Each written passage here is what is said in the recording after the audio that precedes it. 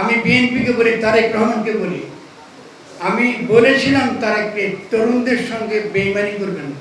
যখন এই তরুণরা আসিফ বা তারা বলুন, মাহফুজ বলুন কি নাহিদ বলুন, যখন এদের মধ্যে যখন গড়ে উঠছিল, তখন মূল যে তর্ক ছিল, আমরা তর্ক নিয়ে আলোচনা করছি, মূল যে তর্ক ছিল সেটা হলো যতক্ষণ পর্যন্ত আমরা এই তথাকথিত ইসলাম পন্থা এবং তথাকথিত সেকুলার পন্থা এই বিভাজনটা তুলে একটা ঐক্যের জায়গা তৈরি করতে না পারবো, আমরা ফ্যাসিস্ট শক্তিকে মোকাবেলা করতে পারবো না।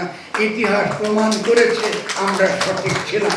আজকে আসিফ আছে, আমি তাকে প্রশংসা করব, সমস্ত তরুণদেরকে আমি অভিনন্দন জানাবো।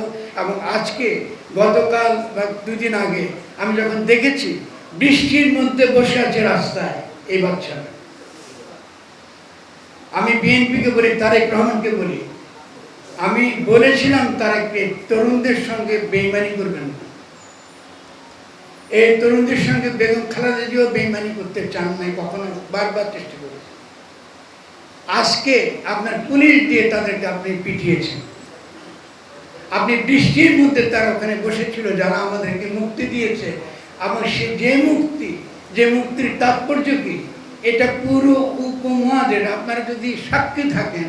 আমি যেদিন গণ অভ্যুত্থান ঘটেছে তার কদিন পরে বলেছি, এই গণ অভ্যুত্থানের তাৎপর্য বৈশ্বিক।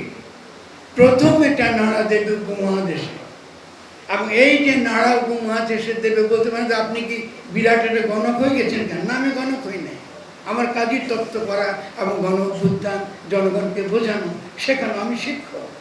আমি বুঝেছি যে পুঁজিতান্ত্রিক বিশ্ব ব্যবস্থায় তরুণরা এখন বর্জ্য, তাদের চাকরি নাই, কর্মসংস্থান নাই।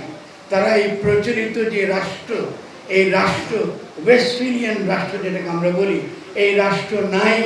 আপনি সবচেয়ে সৎ ব্যক্তিকেও যদি ক্ষমতায় বসিয়ে দেন, কালকে আমাকে বা শারমিনকেও বসিয়ে দেন, আপনি কিন্তু এই রাষ্ট্র চালাতে পারবেন না। কারণ এই রাষ্ট্র চালায় WTO, এই রাষ্ট্র চালায় ওয়ার্ল্ড ব্যাংক, এই রাষ্ট্র চালায় IMF, এবং এই রাষ্ট্র চালায় বিভিন্ন বাইল্যাটারাল ট্রেডের ভিত্তিতে। ফলে এই যে প্রচলিত রাষ্ট্রের যে ধারণা নিয়ে আপনারা রাজনীতি করেন, এটা ভুল।